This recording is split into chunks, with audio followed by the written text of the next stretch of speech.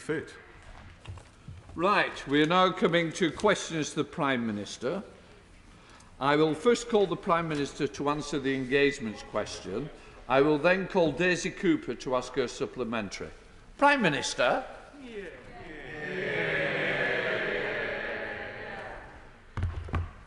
Thank you, Mr. Speaker. The whole House can be proud of the UK's vaccination programme, with over 22.5 million people now having received their first dose across the UK. We can also be proud of the support the UK has given to the international COVID response, including the £548 million we've donated to COVAX. I therefore wish to correct the suggestion from the European Council President that the UK has blocked vaccine exports. Let me be clear, we have not blocked the export of a single COVID-19 vaccine or vaccine components. This pandemic has put us all on the same side in the battle for global health. We oppose vaccine nationalism in all its forms. I trust that all sides of the House will join me in rejecting this suggestion and calling on all our partners to work together to tackle this pandemic. Mr. Speaker, this morning I had meetings with ministerial colleagues in others. In addition to my duties in this House, I shall have further such meetings later today. Let's go to Daisy Cooper. Daisy. Thank you, Mr. Speaker. The government is throwing a staggering £37 billion at a test and trace system that we know has made barely any difference, but yet it says that it cannot afford to give more than a pitiful 1% pay rise to NHS workers. The Prime Minister has said that he owes his life to them. He stood on the steps of Number 10 and applauded them. So will the Prime Minister do more than pay lip service and pay them the wage that they deserve? Prime Minister.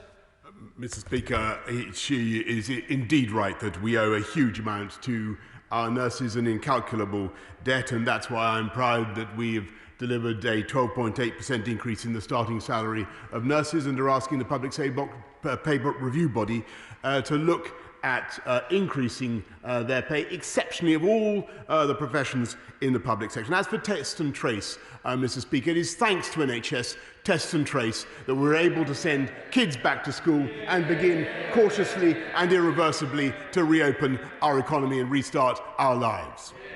Let's go to Gagan Mahindra. Gagan.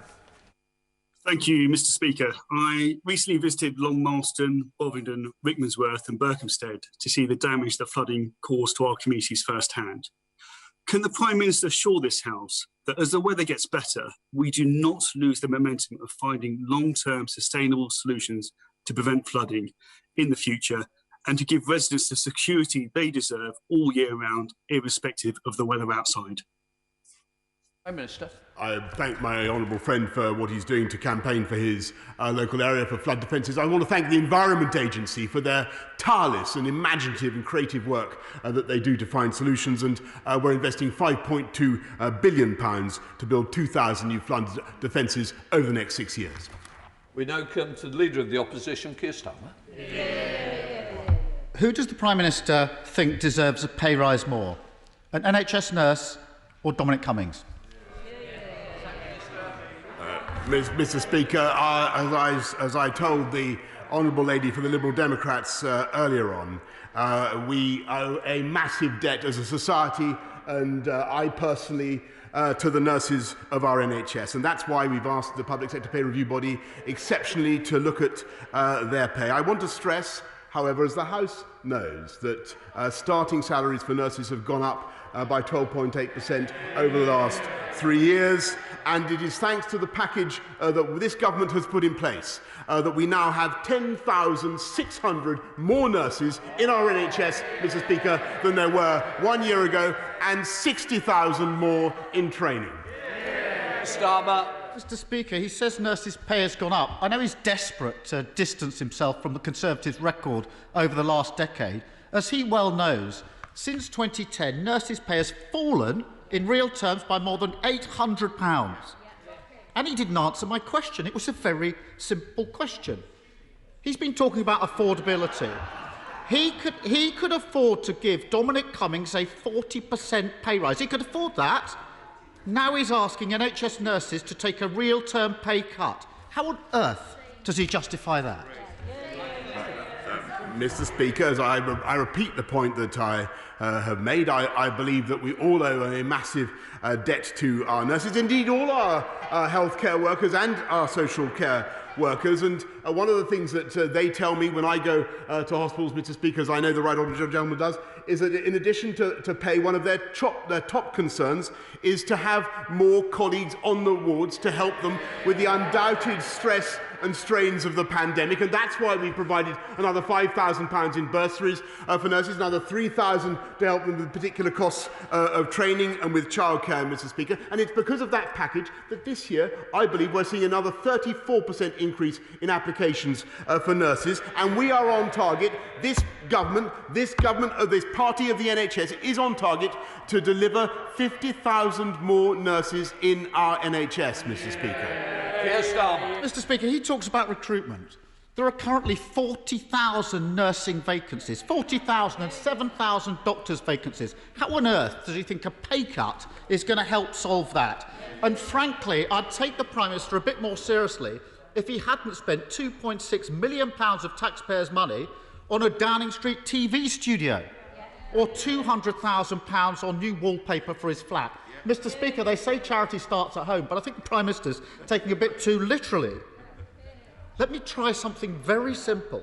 Does the Prime Minister accept that NHS staff will be hundreds of pounds worse off a year because of last week's budget?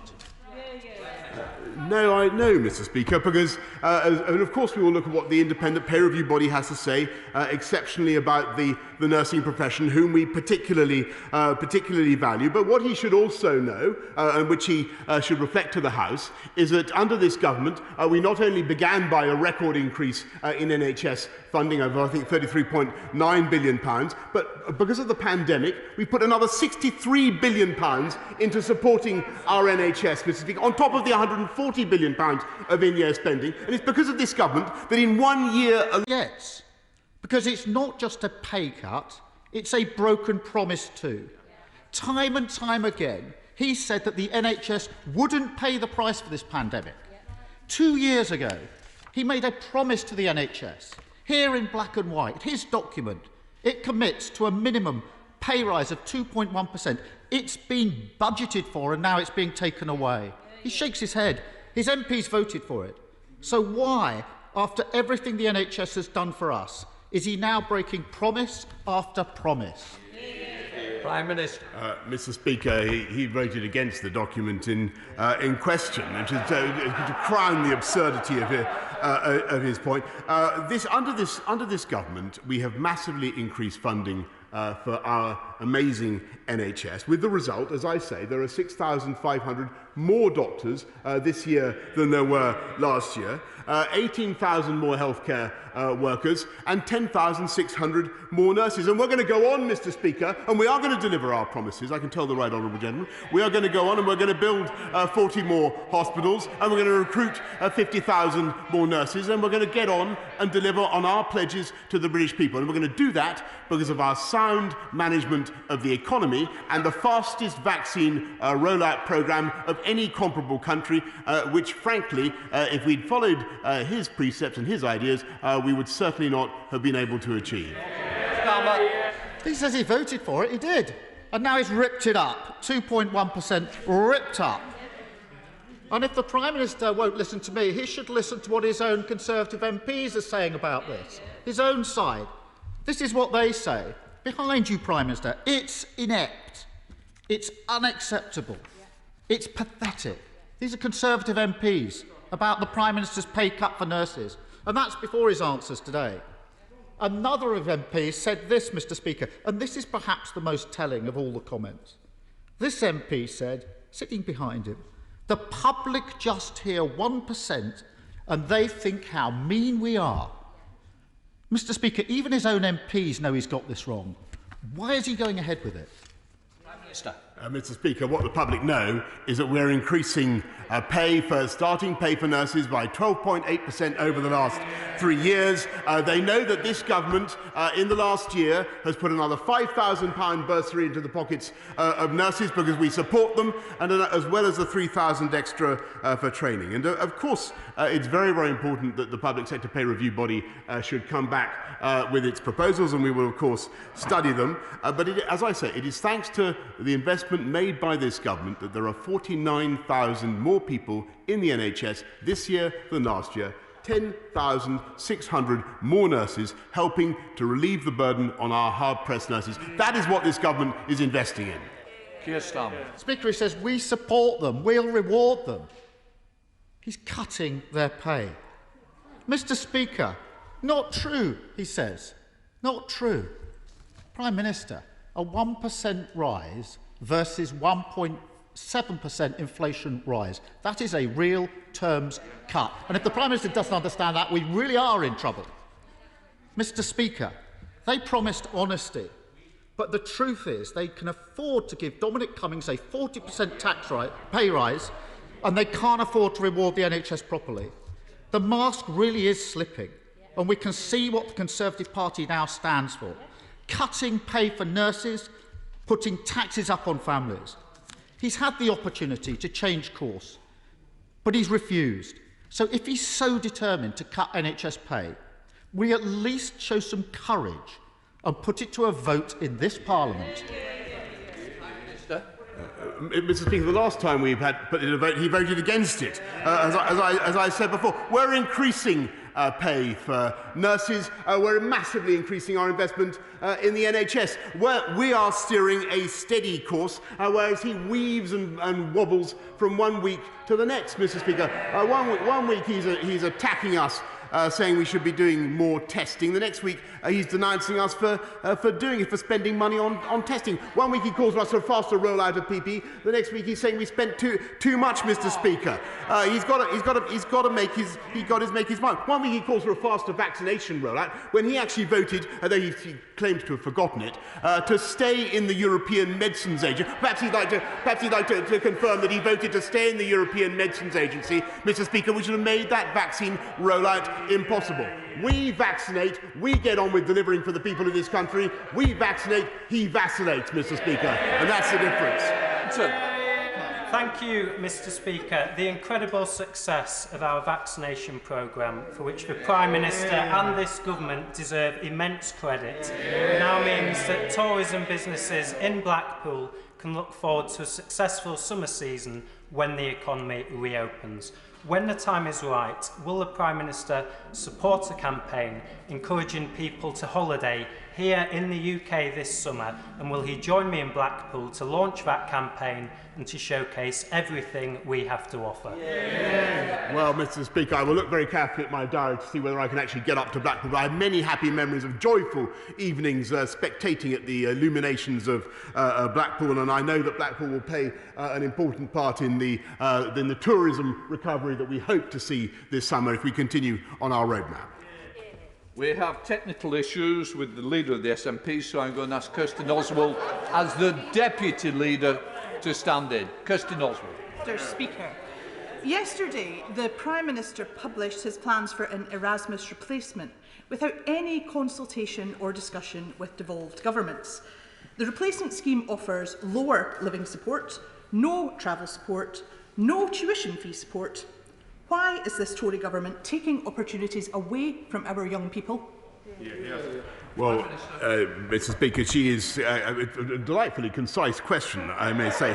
But she is wrong about the difference between the Erasmus and the Turing project, because the Turing scheme, unlike the Erasmus scheme, which overwhelmingly went to kids from better off homes, the Turing project is designed to help kids across the country of all income groups get to fantastic universities around the world. Kirsten Oswald. Mr. Speaker, that's just not the case. We know we can't trust a word the Prime Minister says on this. He told us there's no threat to the Erasmus scheme, but he clearly won't match EU levels of support. And it's not just us saying it. His own Scottish colleague told the BBC last week, young people won't benefit from Brexit. They've saddled a generation with tuition fee debt. Now they're closing the door with Erasmus. It's no wonder that students are choosing the SNP and independence for a prosperous future. So, Prime Minister, will you think again? Will you do the right thing? Engage with our EU friends and rejoin Erasmus? Can I just remind members not to use you? Prime Minister.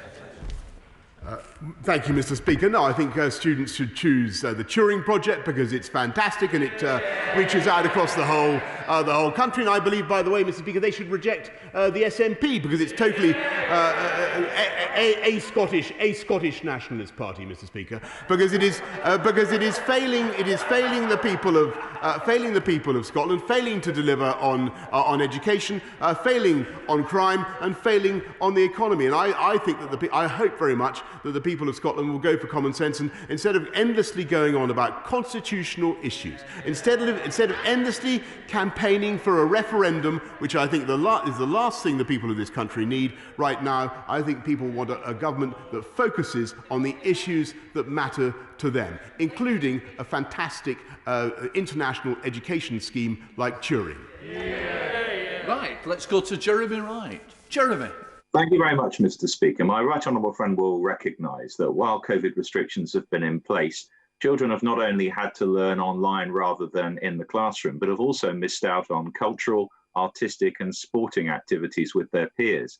At the same time, cultural, artistic and sporting organisations have remained restricted in what they can do, and despite the considerable help offered to them, are still in need of government support. So can I ask him to consider how we might put those two things together and provide for enrichment activities available to all young people over the coming months, funded by government and provided not by hard-pressed teachers, but by our outstanding culture and sports sectors, while they're unable to reopen to the wider public?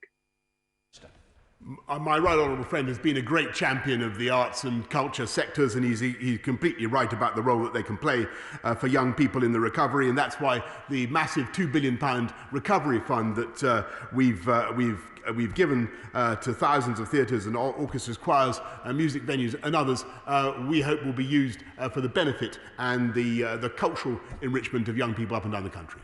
Colin Eastwood. Thank you, Mr. Speaker. The Prime Minister's fantasy bridge to Northern Ireland could cost £33 billion.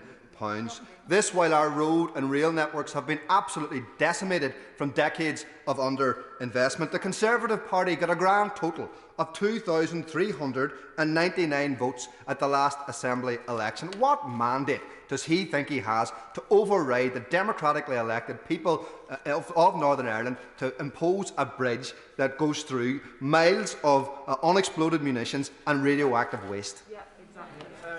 Mr. Speaker, actually, if he read the article I wrote this morning in the Daily Telegraph, he will have seen that the things that we've set out in the Hendy Review, I think, would be of massive benefit to Northern Ireland, including upgrading the A75, which is the single biggest thing that people in Northern Ireland wanted, by the way, and, which the Scottish National Party have totally failed to do, as well as better connections east-west within Northern Ireland, which we should be doing as well as better connections north-south within the island of Ireland. It's a fantastic union connectivity review. He should appreciate it. It's the way forward, and I'm amazed, frankly, at his negativity.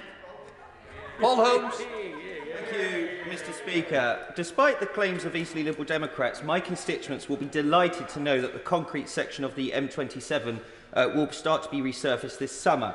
Does the Prime Minister agree that this shows that it is Conservative governments that invest in infrastructure, and that if elected in May, Conservative candidates like Jerry Hall will deliver for the people of Eastleigh, Hedge End and West End? But it's absolutely true, Mr. Speaker. It is Conservative governments who invest in it. It is Conservative government that's putting £640 billion into an infrastructure revolution. And I congratulate Jerry Hall on what he's doing to resurface the road and to make it quieter. And I hope that he will be duly elected in May. David Linden. Thank you very much, Mr. Speaker. In extending the £20 uplift to universal credit, which we welcome at the beginning of the pandemic, the Prime Minister was clearly conceding that social security support in the UK is inadequate. So whilst I welcome the fact it's been extended for 6 months, I'd like to see it being made permanent. But can you tell the House why, if it was so inadequate, why it wasn't extended to those on legacy benefits, such as disabled people? Mr. Speaker, throughout the pandemic, we've done whatever we can to look after people throughout the country, whether on benefits or those who have lost their jobs, sadly, because of the pandemic. And I'm very proud of what Universal Credit has been able to achieve. And I think that he should perhaps take it up with his friends in the Labour Party who actually want to abolish Universal Credit. We now go to Leah Nietzsche. Leah. Mr. Speaker, last week Grimsby celebrated the Chancellor's announcements of the Towns Fund and the Humber Freeport. And it's clear to the people of Grimsby that it's this government that is determined not to neglect the town like Labour predecessors. Our next challenge is to raise skills and education achievement in the town. Would the Prime Minister outline how people can take advantage of the new lifetime skills guarantee that is launching next month? Thank you. Well, Mr. Speaker, the fantastic thing about the Lifetime Skills Guarantee is that in very, very tough circumstances, with many people having, I'm afraid, inevitably to seek new jobs, to find ways of retraining, as will happen in a changing economy, it offers everybody, adults over 23, the opportunity, £3,000 on an A-level equivalent qualification. I think will be absolutely instrumental in helping young people beyond school age to retrain and get the jobs they need. The Lifetime Skills Guarantee. It's the first time it's been done, Mr. Speaker. Right, let's go to Claire Hanna. Claire. Thank you very much, Mr. Speaker. It takes some 16,000 dedicated nurses to staff Northern Ireland's health service, costing around £380 million per year. That's less than 2% of UK sales for just one internet giant, Amazon, whose revenues doubled during lockdown. What possible reason can the Prime Minister and his Chancellor, who both talked about the need to pay for this pandemic, have to not apply a modest windfall tax on those businesses who have benefited so much from the pandemic in order to properly pay those staff who have worked so hard to bring us through the pandemic? Actually, I think that she's making an important point about the discrepancy in the tax paid by some online businesses and some concrete businesses, and that's an issue which the Chancellor is trying to address in an equitable way, working with colleagues in the G7 and around the world. Let's go to Cheryl Murray. Cheryl. Thank you, Mr. Speaker. Mr. Speaker, we've seen the disgraceful way the EU have responded to UK fish exports. Part of the answer is for UK consumers to buy British fish. As chairman of the APPG for Fisheries, could I invite the Prime Minister to join a fantastic British chef to show how easy it is to prepare and cook a dish using British caught fish? Well, I'm very happy to take up my honourable friend's suggestion. I'm not the greatest chef myself, but I have made and can make, from memory, a fish pie with haddock and prawns, which I undertake to do, Mr. Speaker. British haddock. Kate Osborne. Thank you, Mr. Speaker. Prime Minister, people like my constituent, Tessa Stevens, have had to keep their salons shut despite shrinking government support, unchanged overheads and decreased profits. I'm urgently seeking the Prime Minister's support to protect the immediate and long-term recovery of beauty businesses and the jobs it supports. Will the Prime Minister explain why his government refuses to listen to the beauty industry, who are calling for VAT to be temporarily reduced to 5% for hair and beauty businesses, similar to what has happened to other sectors like hospitality, tourism and culture businesses? She's absolutely right in what she says about the importance of beauty businesses. They do an amazing job, and we want them to bounce back very strongly from the pandemic. And I want high street beauty salons to be opening up in the way that they were in the past, rather than people going around giving services at cutting hair at home. I think it's very important we revive high street salons, and that's why we are continuing with the cautious but irreversible roadmap out of this, which I think will enable a full recovery for the entire sector. But in the meantime, as she knows, the Chancellor has extended furlough and all the other provisions that are necessary. Thank you, Mr. Speaker. Can I warmly welcome the Union Connectivity Review that's been announced this morning? It's brilliant news to connect the whole of the UK. But in West Dorset, Mr. Speaker, we have single-track railway lines. We have a 3-hourly rail frequency, yet we have the highest level of roadside pollution anywhere in the UK. Will my right honourable friend kindly support a levelling up rail proposal that will not only look to support West Dorset, but also some of the most deprived areas in the southwest? My honourable friend knows whereof he speaks. He's probably one of the greatest experts on railways in this House, and we're certainly determined to follow his lead and to upgrade services in the West Country and in Dorset.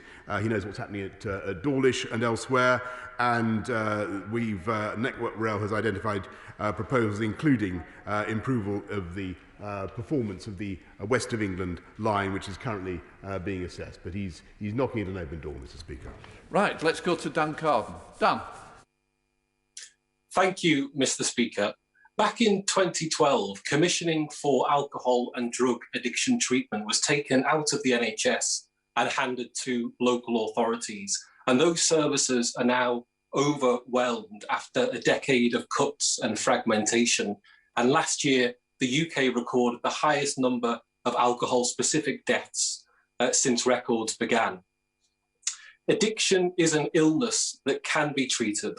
So will the Prime Minister urgently investigate the rise in deaths and bring addiction treatment back into the NHS within mental health services and give it the funding it requires? Prime Minister. He's entirely right, Mr. Speaker, to draw attention to the importance of addiction treatment and its relationship to mental health, and that's why the government is investing record sums in mental health, £13.3 billion, Mr. Speaker, and of course treatment for alcoholism is part of that. Let's go to Theo Clark. Theo. Thank you, Mr. Speaker. I've seen firsthand, visiting both the St George's and county hospitals in Stafford, the great work that is being done to support people, including veterans, with their mental health. But does my right honourable friend agree with me that sadly the COVID-19 pandemic is likely to have had a negative impact on people's mental health? And will he commit to working with me and the Stafford Mental Health Network to improve and increase the mental health provision in Stafford? Minister? Yes, Mr. Speaker. I'm certainly very happy to discuss that with my honourable friend, or make sure that she gets access to the relevant ministerial authority. But what we're doing, in addition to the 13.3 billion that I spoke of, we've been supporting mental health charities throughout the pandemic, and particularly focusing on the mental health needs of children and young people, which is why I appointed Dr. Alex George to be our youth mental health ambassador, Mr. Speaker. Mr. Speaker, this government is failing young people. Before the pandemic, apprenticeship starts were down by 28% for under 19-year-olds, £330 million unspent levy back to the Treasury, falling short by 81% in creating the promised 100,000 new apprenticeships. This month, I will be holding my 5th Apprenticeships and Jobs Fair in Bristol South.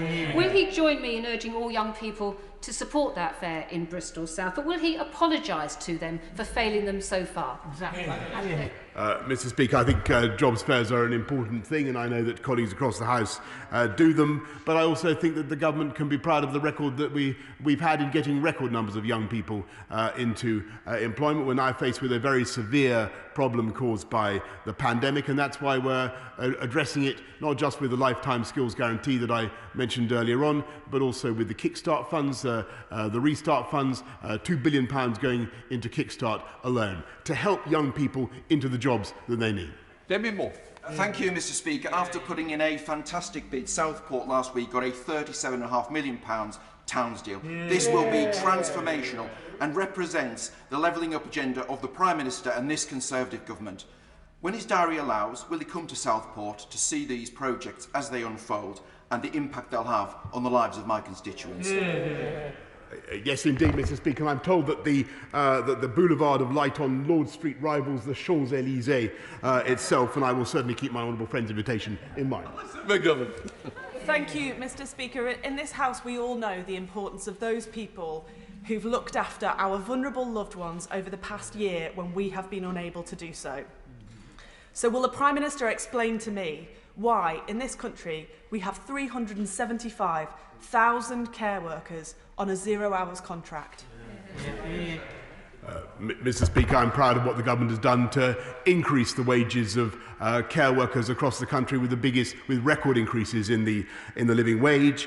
And this country is unlike most other countries in the world in the speed with which we've vaccinated care home workers, Mr. Speaker, and their elderly charges. James Grundy. James. Thank you, Mr. Speaker.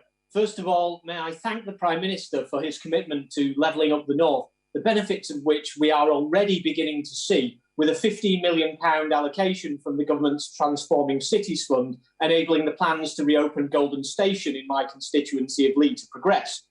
Would the Prime Minister not only welcome this progress, but also back my campaign to reopen Kenyon Junction railway station, which will help unlock the potential of Lee, provide my constituents with a vital rail connection between Liverpool and Manchester, and ensure Lee is no longer one of the largest towns in the UK without a railway station? Prime Minister. Mr. Speaker, I'm very happy to support my honourable friend's initiative, and I understand that the Goulburn, which he represents, was the site of the world's very first railway junction, Mr. Speaker. Let's go to Alan Smith. Alan Smith. Thank you, Mr. Speaker. Anthony Jones, a ferociously bright student at Stirling University, was looking to do a master's in Amsterdam. Pre-Brexit, the course fees were £2,168. Post-Brexit, the fees are £14,600. The Turing scheme won't touch the sides of what's necessary. Would the Prime Minister like to apologise to Anthony and countless hundreds of thousands of students like him for limiting their life horizons against their will? Mr. Speaker, because I think that the Turing scheme is fairer and it's something that will enable students on lower incomes to have access to courses, to great courses around the world, and I believe it's a highly beneficial reform to the way we do that. It's a truly global in its ambitions. Thank you, Mr. Speaker. A new station at Mere and investing in Longton Station and also restoring the Stoke to Leek line. Will my right honourable friend, the Prime Minister, agree with me that investment from this government has the potential to reverse the beaching cuts, restore our local railways in Stoke-on-Trent and cement our position as one of the best places connected in the whole UK? Yes, I thank my honourable friend. I know he supported the bid for the reinstatement of the Stoke to Leek line. It's currently being assessed by the Department for Transport as one of the beaching reversals, which are so popular around the country and so right, and he can expect an outcome in the summer, Mr. Speaker. Let's go to Dan Jarvis. Dan. If the Prime Minister is serious about levelling up the country, does he honestly think that favouring the Chancellor's Richmondshire constituency over Barnsley for financial support is the best way to do it? Mr. Speaker, we are devoted to levelling up across the entire country, and that goes for Barnsley as well as everywhere else. Let's go to Chris Grayling. Chris. Mr. Speaker, thank you. I know the Prime Minister shares my commitment to conservation around the world, and I'm sure in particular he agrees we have got to reverse the tide of deforestation. Will he ask ministers in DEFRA to look seriously at my proposals for a kite mark scheme for food products in the UK so consumers can see clearly whether or not the products they buy come from sustainable sources or whether they're coming from producers who are doing further damage to our environment? Prime Minister. Very happy to look at my right honourable friend's very interesting suggestion for a kite mark scheme. But in the meantime, this government is leading the world in tackling deforestation with a £3 billion investment being led across Whitehall. Is the point of order relevant to the Prime Minister's questions? It is indeed. Point of order. Thank you, Mr. Speaker. The Prime Minister, twice from that dispatch box, said that the Labour opposition voted against the NHS funding bill and the 2.1% increase for NHS staff. This is not the case. Indeed, in the debate, as Hansard will show, I was explicit that we would not be dividing the House. So can you, Mr Speaker, use your good offices to get the Prime Minister to return to the House to correct the record? And do you agree, Mr Speaker, that if the Prime Minister wants to cut nurses' pay, he should have the courage of his convictions to bring a vote back to the House? Can I just say, first of all, it's not a point of order. It is certainly a point of clarification. That part has been achieved, but I'm certainly not going to be drawn into a debate, as the Shadow Secretary of State well knows. I am now suspending the House for 3 minutes to enable the necessary arrangements for the next business made. Order.